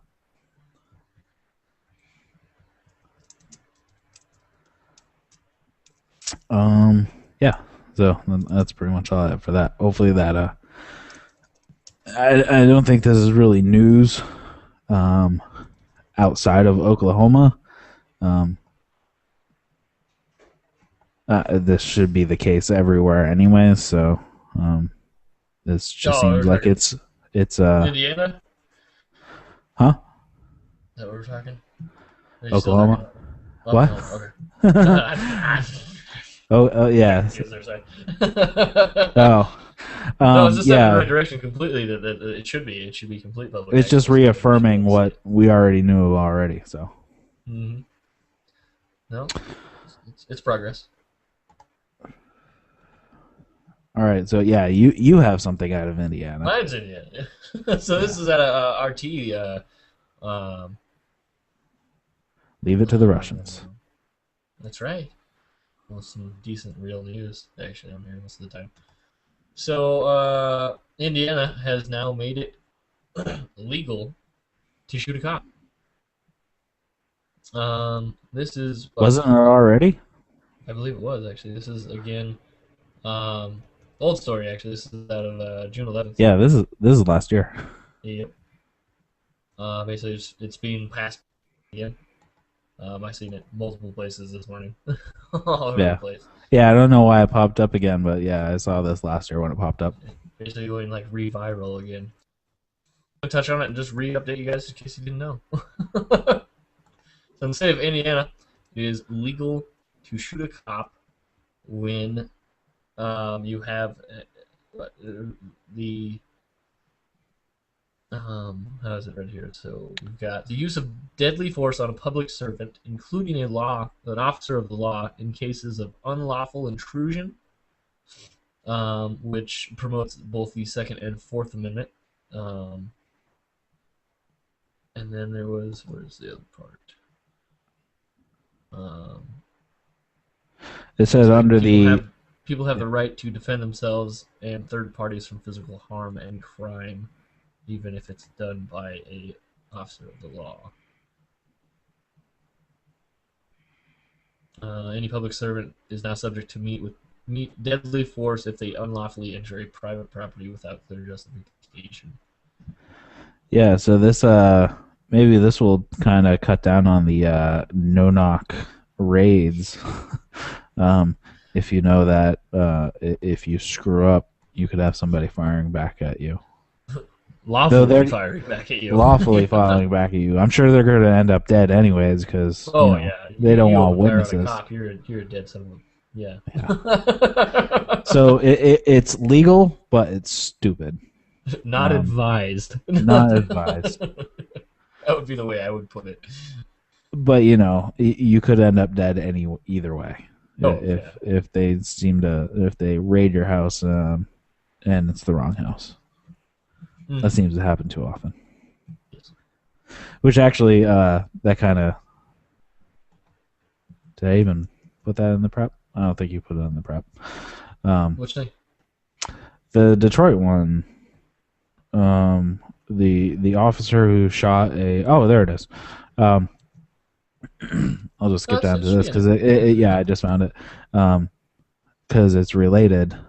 An officer in Detroit is going on trial for the shooting death of a 7-year-old girl who was sleeping on her couch when the SWAT team conducted a midnight raid on her 2-story home, tossed a flashbang grenade through a window, and fired the bullet that killed her. I remember that story when it came out. It was a sad story. Yeah, I mean, it was even crazier that it was actually being filmed by the crew of the First 48, that A&E TV show. Yeah. That follows the first 48 hours after a murder and whatnot. But I don't know why they in this article they seem to draw that for some reason the show had some responsibility around it. I'm not sure what that has to do with anything. That a film crew is following them. Did you understand that? Why they for some reason thought that the film crew had anything to do with it? The only way I would associate the film crew to have any sort of blame was the fact that there's a chance that obviously there's a film crew, so therefore the officers themselves want to put on a show. Right. Let's make this badass, make it some sweet TV. We'll show them how badass we can be with rolling all these flashbang grenades, shoot up the fucking place, and be cool heroes. Because when you stop somebody that didn't need to be stopped and harmed like this. But that would be my only pretense of how you could blame the film crew. I mean, unless they were instigating, telling the officers, hey, can you guys use the flashbang grenade and throw it in there so it can have some dramatization to this cool story. That would be the only way I would see you being able to blame the film crew. Yeah, it doesn't seem to that's the case. So I don't really put anything bad on the film crew per se. I actually like the show if you've ever actually watched it. I don't watch TV. No, I like that particular show. I like a lot of those types of shows, like the crime shows and whatnot. They're just fun to watch. But yeah, in this case, I don't know why the first 48 hours, the camera crew for some reason is being demonized for some reason. They got valuable footage on showing what cops should not be doing. But yeah, like you said, maybe they wanted to put on a show or whatever, but they probably should have put on the correct show if that that was the case. And it seems like they really screwed up badly in this particular incident. And yeah, who's this person? So Ron Scott, he's the spokesman for Detroit Coalition Against Police Brutality. He's kind of having it both ways on this. He says police work is not television, and television is not police work. The two combined made for a horrific night. Like I said, I don't know why the combination had really anything to do with it, other than maybe they were trying to show off. But if that's the case, then that's just one more reason why they probably shouldn't be doing what they're doing if they just wanted to show off. And furthermore, on Ron Scott, he further referred to the raid and the shooting as a military assault on a private dwelling, which we know how all of our police forces seem to be very being militarized over the years. So this is just kind of one more thing that goes on. Okay, welcome to the police state. Yeah. Yeah. So we actually I got had a story. out of Philly. Yeah, Philadelphia. Yeah, this is an incident that happened a while back. It was this May 2011, but now it's coming out that there's a federal lawsuit now against the Philadelphia police officer or police department. The officer beat a woman, injured her toddler, and arrested her and her friend for videotaping the police. So we have Philadelphia police officer beat a woman, injured her toddler, and arrested her and her friend May 2011. Let's see. So basically, these two ladies were near their home, watching a violent arrest, and the one lady decided to videotape it. After the incident had calmed down, the police obviously came over and started harassing them about videotaping. They told them that they needed to go down the street to videotape. They were standing on their own property, told the officer that they were on their own property and weren't going to leave. The alleged officer then punched the woman in the stomach, dragged her down the steps by her hair. Well, this woman was holding her 2-year-old son when this happened. So when she was knocked down and dragged down the stairs, her 2-year-old son was pinned beneath her and these stairs while she was dragged down them. Supposedly, the other lady witnessed this and said that the child was underneath kicking and screaming, trying to get free. Basically, once the officer got the woman out to the street, she was bloodied, all of her clothes were torn, and she was nearly naked from the incident that had transpired. Or, yeah. So now, basically, these two women are seeking a lawsuit for $150,000 in damages to the Philadelphia law enforcement agency. So basically, here comes again another. Well, obviously, it's an older story, but another case of police abusing their privileges, stopping someone from filming, beating the crap out of them, not being held accountable, and now the taxpayers get to foot the bill.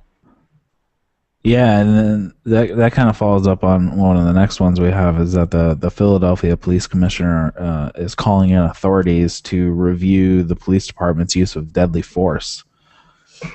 So it seems that Philadelphia has had a lot of issues when it comes to this type of violence and the use of force at all. And the Philadelphia police have shot 52 suspects in the last year, killing 15 of them. Man, they're really bad shots. In 2011, they had they shot 52 people, and only 15 of them died. Wow, they need to obviously be trained by what department is that we were talking about earlier? Albuquerque. That's what they need. The Albuquerque police department needs to train these guys how to shoot because obviously they can't aim. Yeah, I know. Although that's probably a good thing. That was really bad. I shouldn't have said that, but it's probably a good thing that they're such crappy shots. Yeah, it's a good thing that they don't know how to shoot. And this isn't anything new. I mean, we see police have really bad aim a lot of the time. But yeah, so the Philadelphia police commissioner Charles Ramsey has called in the feds to basically review the mass amounts of shootings they've had. I originally the article I'm looking at right now is actually from the Huffington Post, but I actually saw this originally posted on the law officer's Facebook page. I don't know, did you see that? I didn't actually. I didn't notice it was on there. So yeah, what was the discussion on there then? Well, yeah, that's kind of what I'm getting into. A lot of it was what I had stated, that 52 of the only 15 of the 52 shot were killed, and a lot of them was like, man, they really need more range time, blah blah blah blah. But yeah, it was sickening. Some of the comments that were about that, they're like, no, we don't need to bring in the feds, blah blah blah. All of them were justified, blah blah blah blah. And they're like, you don't need to bring in the feds, do it internally. I'm like thinking to myself, really? Internal's let's investigate ourselves. Yeah. I'm like, you guys are fucking ridiculous. I mean, so like, it's like if I was accused of rape and then investigated myself to see if I did it. Yeah, no kidding. No, I didn't. What are you talking about? So like, they're like, what do we need a review for? And then I posted like 4 shootings of unarmed people who were not causing a threat in Philadelphia, and nobody replied to it. So yeah, you intimidate them. Yeah, I know it's so fun. I'm so glad I follow that page, because some of the stuff, it's ridiculous, some of the stuff that those people say. These are the people, comments in that page, they're asinine. Yeah, these are the people who are being who you have money stolen from you to pay for to protect you. Yeah, they're not protecting you. This awesome idea the other day. It's kind of ridiculous though. So I was talking with a couple of my neighbors, and I was like, you know what I'm going to do the next time I get pulled over? I'm going to tell the officer, and be like, I don't pay taxes on purpose because I don't want to receive this service. Is there any way that we could not do this right now? Yeah. I've chosen to not pay taxes so that I don't pay for this service and I don't want to receive it. That would be really funny. Yeah, somebody should do that. Somebody needs to take a video of them getting pulled over and being like, "Yeah, I don't pay for this service, so why are you trying to offer me this service? Right. I don't want to pay for this I've service." chosen to not pay for this service, so I would like to not receive it anymore. Is there any way we can work out some sort of deal here? Yeah, I'm not paying for this service, so yeah, please don't offer it to me. That's right. I just thought it would be great. I was like, that Would be pretty really funny. entertaining. Be like, do I have a contract with you? I don't think so. I don't pay my bill for this service, so why am I still receiving it? Should you have canceled my subscription yet? I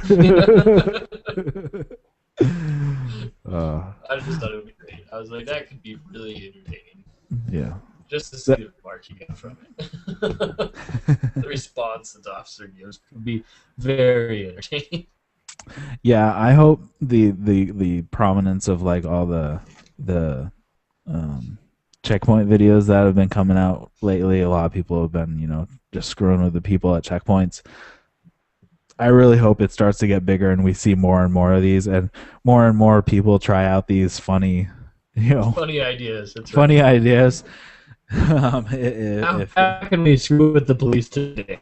Yeah, I mean that's kind of the point. They're basically setting up a mess with me booth whenever they when they set up a checkpoint. It's like a free mess with me booth. That's right. We're gonna do something unlawful and harass you, so come and fuck with us. That's funny. So this I'm going to put in the show notes first and see what happens. This is just to screw with Slappy because I know he's not going to listen this far into the video. So he never does. He claims he listens, but he doesn't.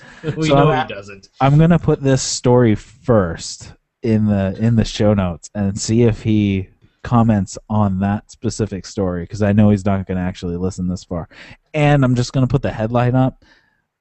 Because the headline has nothing to do with what I'm actually going to talk about. So, so this is a story. The headline, and this isn't my headline. This is the actual news agency. This is the local KHOU, which is the Houston, Texas. I don't know what affiliate it is. I can't see. Anyways, it's the local TV station out there, and the headline says, "Man gets 50-year sentence for rib theft." When I originally saw this headline, I'm like, somebody stole somebody's rib? Wow, that's messed up. Because I originally thought 50 years for stealing rib. When I first read it, I thought that same thing, and then I clicked on it. I was like, oh no. Yeah, I'm like, oh, they're talking about barbecue ribs. Though the headline is factual, there's some other stuff in here that makes it a little less absurd. A jury has sentenced a Waco man convicted of stealing a rack of ribs to 50 years in prison. If you just read that one sentence, you might think that's ridiculous and for some ribs. I mean, really? For some ribs. But you read into the story a little bit more, and then you kind of figure out the reason why this is happening. Why? Yeah. So I'm just gonna leave the headline up, and I'm sure Slappy's just gonna jump on it and be like, "Oh, it's because you did X, Y, and Z," and that's what I'm about to talk about right now. If you steal somebody's food, you deserve to go to prison. That's what he says. So in this case, 43-year-old Willie Smith Ward was convicted and sentenced on robbery charges Wednesday. It is reported that his theft of a $35 rack of pork ribs turned into a robbery when he threatened the grocery store employee who tried to stop him in 2011. So it's not actually stealing the ribs, it's that he threatened the grocery store employee who tried to stop him. But it gets better. This guy's got an extensive record, doesn't he? So this is one of those stories where I almost agree. I actually kind of do agree with this sentence because we'll get to it at the end. But so the employee testified that Ward told him that he had a knife. So he basically threatened somebody with a knife.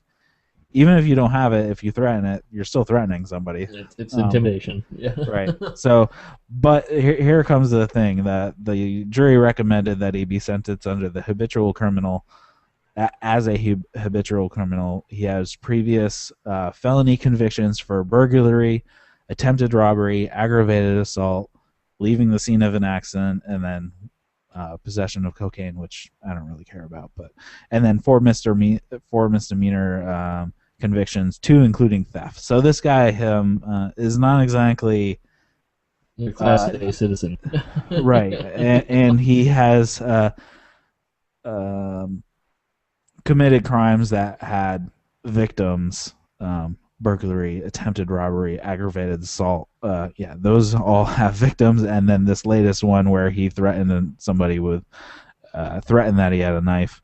And then, so he's sentenced to 50 years, but it kind of comes down to the last sentence says he must serve at least a quarter of his sentence before he's eligible for parole. So that's really only 12 and a half years if he manages to get out on his first parole time. But this guy, has caused a lot of havoc to the citizens, to his fellow humans. So, yeah, I personally, I don't really have a problem with this particular decision. I don't know. Obviously, yes, he's done some things wrong, and yeah, can be convicted and found guilty. I don't know if we need 50 years though.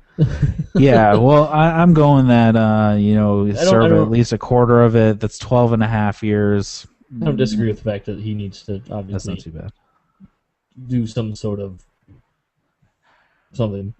Yeah, I mean, there's obviously got to be some sort of punishment, and making his victims whole. What's the best way to do that? I don't know, especially in this case because he's trying to rob people and steal stuff. So he obviously hasn't learned yet. Yeah, I don't know how much you're gonna do by trying to. But again, I don't know if he'll learn from being forced to sit in a cage. That's true too. Yeah. But yeah, so I'm curious. Sure, me personally, I don't really have too much of a problem with this particular story. So I'm curious what Slappy jumps on because let's see what he does. I read the entire story on the show. I didn't skew it, so let's see what he says. Activist curious rhetoric bullcrap here. Yeah, his violent diatribe, and he's got a laundry list of profanities. They're fun to read every week, though. That's right. You guys make sure you check them out on the CopBlockRadioShow Facebook page and on the YouTube page. It's entertaining. We always on the website back with him. It's entertaining. Make sure you guys comment Slappy, favorite Slappy, be like, you are awesome. Give him that attention he wants. Maybe not the exact way he wants it, but we're gonna give him that attention he wants. Yeah, he's pretty funny. Entertaining. So let's see, what else do we have tonight? I think we only have a couple things left. To follow up from last week, we were talking about Minneapolis, Minnesota, and the laundry list of payouts that they've had to do. And there's actually a follow up that was posted actually just last night. We had talked about year over year, how much money they've paid out each year, and it says between 2006 and 2012, they've paid out nearly $14 million in misconduct cases. And the headline pretty much sums it up: is that cops are rarely disciplined in big payout cases. Well, you said what of the 95 payouts from 2006 2012, where people say they were victims of misconduct, 8 of these 95 payouts resulted in officers being disciplined. Yeah, 8 so out of 95. for the taxpayers in that particular area, yeah, I don't know what you should be feeling right now, considering that it has cost you $14 million in lawsuits, and only, would you say Eight. eight? Yeah, Eight eight. people Eight of have these been officers have been punished, subject to discipline of and 95. and yeah, how bad was the discipline, anyways? 3 weeks vacation paid. Yeah, That's just a guess. yeah, That's right. It probably wasn't too severe. But yeah, so for the people in that area, yeah, I would be pretty unhappy with the service being The service is provided. being provided. The money is being stolen from you for. Yes, and then more money being stolen from you to pay for the misdeeds of the people who have stolen the money from you in the first place. That's Though, right. considering that they're stealing the money, are you really surprised that they just continue The their service misdeeds? isn't being provided the way you want.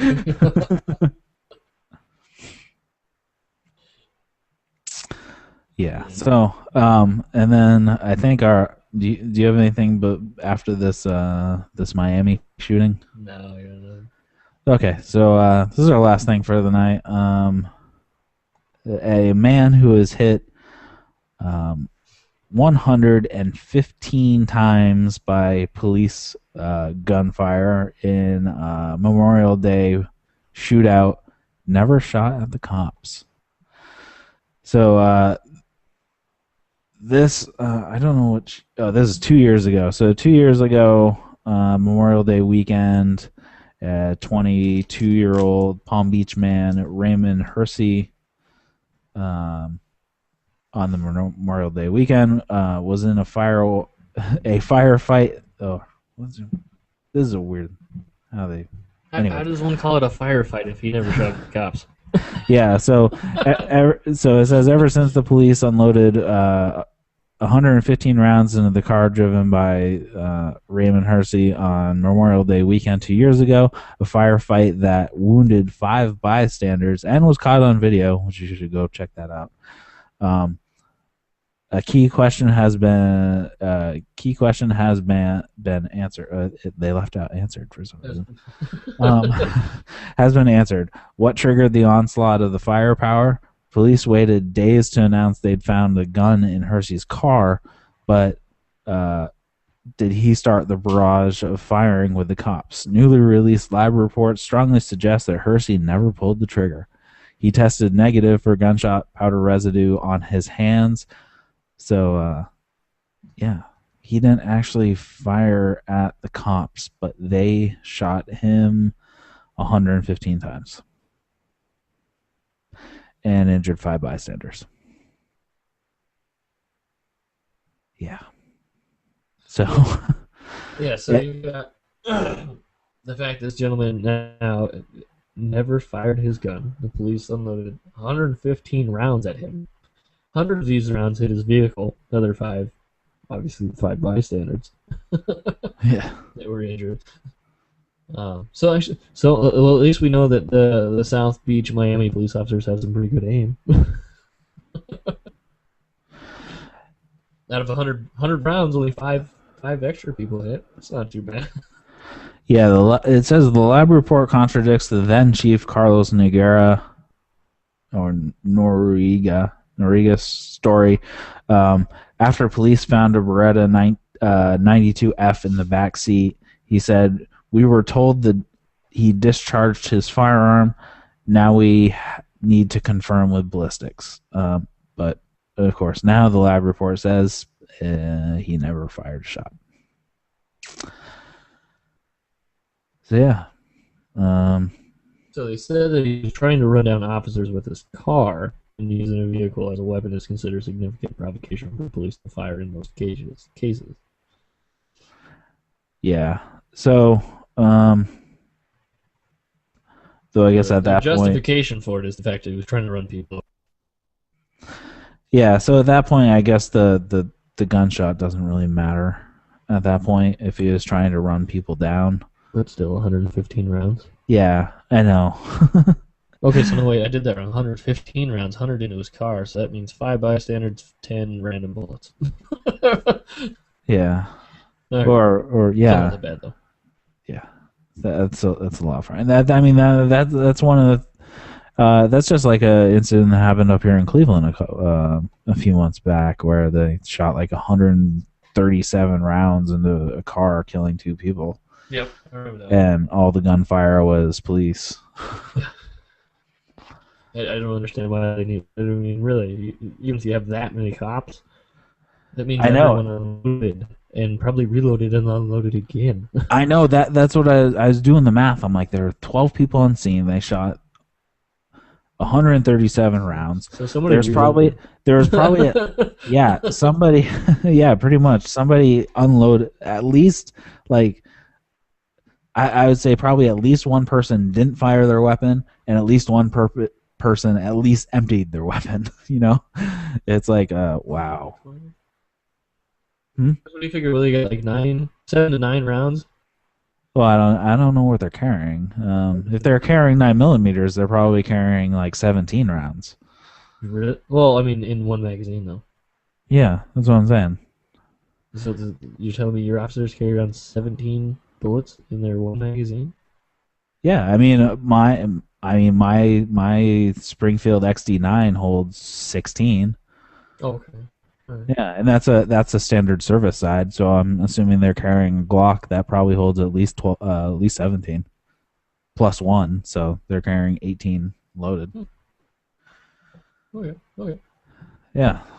Yeah, of course that's if they're carrying 9 millimeters. If they're carrying like 40 cal, then Well, that's what I'm saying. Not all of them. Probably not all of them are carrying 9 millimeter. yeah, they're probably not all carrying 9 millimeters. But Yeah. if they're carrying 40 cal, then they're probably what, 12, Yeah, maybe. 10, Yeah. 10 to 12. Mm-hmm. But Sorry, yeah, I was thinking more along the lines of that. No, I'm sorry. yeah. I'm I thinking, don't so know maybe what's we're talking 9, 10 rounds each. yeah. 100, there's 12 of them there. That's 120 bullets. That means somebody reloaded. Yeah. Somebody reloaded, and at least a few of them emptied their entire clip, their Yeah. entire magazine. So, Mm-hmm. even if they were shooting, 9 millimeter, they still would have, at least a couple That's of them still probably emptied. ridiculous. And in that particular case, in the Cleveland thing, I mean, there were veteran police. Not, there wasn't a single rookie on that particular incident. They were all. I think the newest was like 8 years on the force, and like three of them were at least over 20. So it's not like these were new people who were skittish and just unloaded. I mean, these are Yeah. these are Panic. seasoned.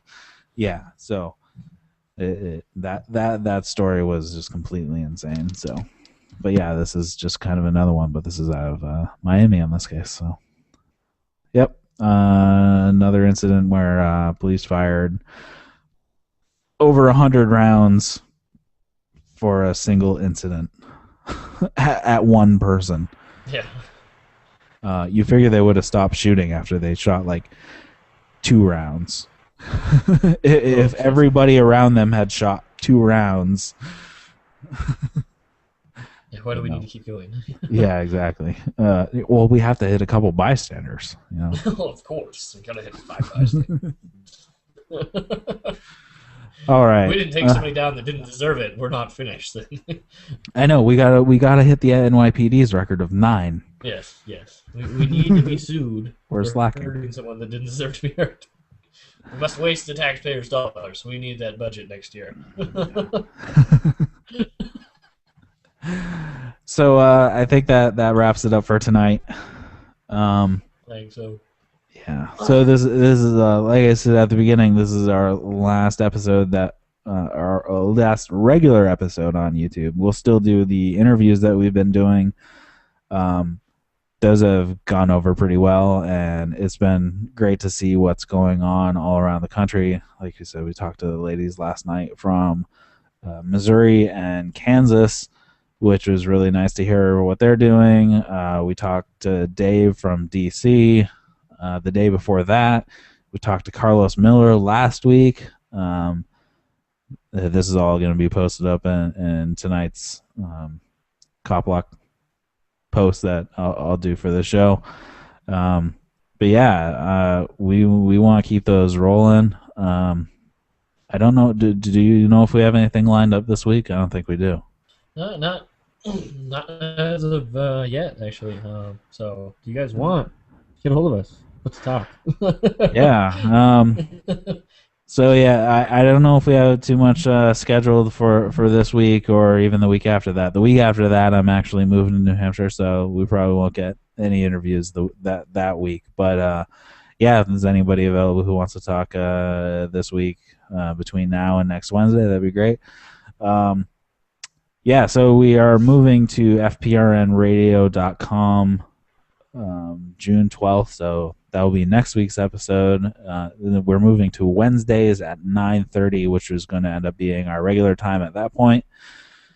I'm really looking forward to that. It'll be great to have a more polished show with call-ins available and music and being able to pipe in audio clips.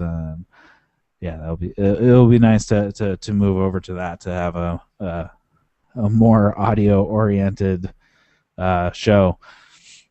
Oh, and we'll finally have our third host, which because he doesn't That'll make it even more fun. yeah, he doesn't have a Google friendly phone or a Google friendly device, so he hasn't been able to join us. But Scott will be joining us for our first episode on FPRN, and that'll be great.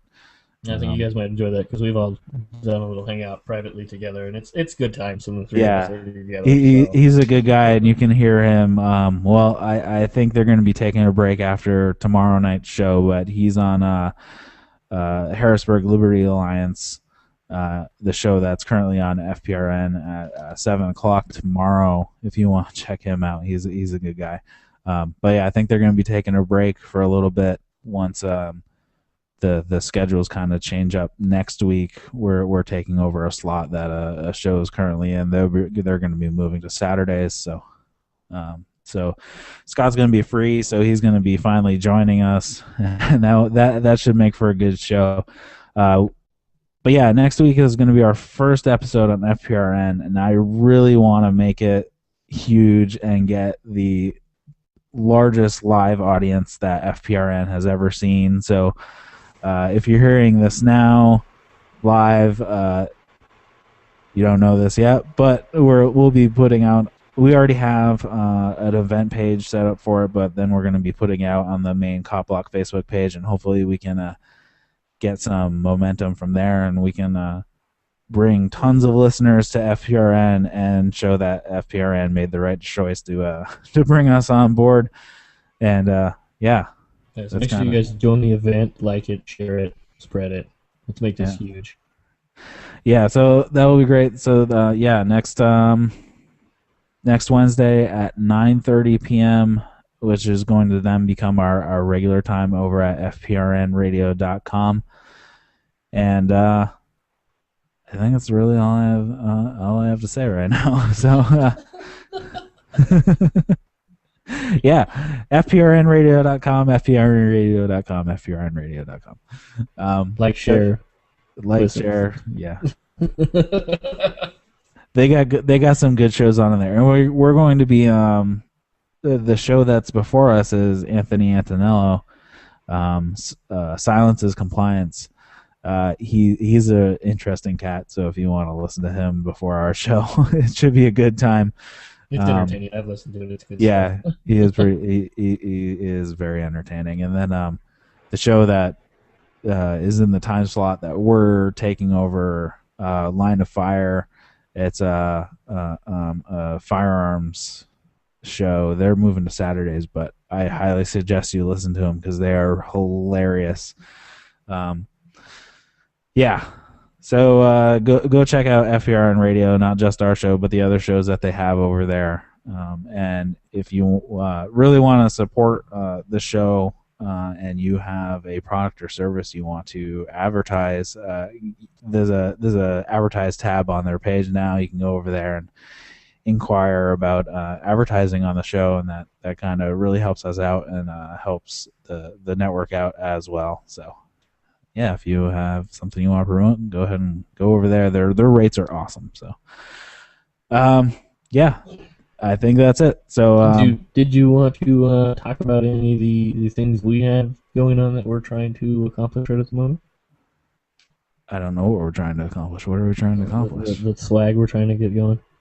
Oh yeah. So we're working on. Well, we just had one of our logos made. I don't know. Are we getting another one or not? I talked to her this morning. She said she was going to try to work on it this afternoon, Okay. and I haven't seen her yet, so I don't So know. we have our Cop Block logo, our Cop Block Radio Show logo that was made up by the Rob, who makes up a lot of the stuff for Cop Block, and we may be having a secondary logo coming soon. But yeah, we're working on some swag to get out there, and I'm looking forward to that, to actually Yeah. have a a T-shirt for the show that we do. And try to help cover some of the costs on the radio because it's not free for us to be on that radio. Yeah, So we're hoping to try to cover some of those costs and some of the costs of equipment and blah blah blah for bringing this to you guys.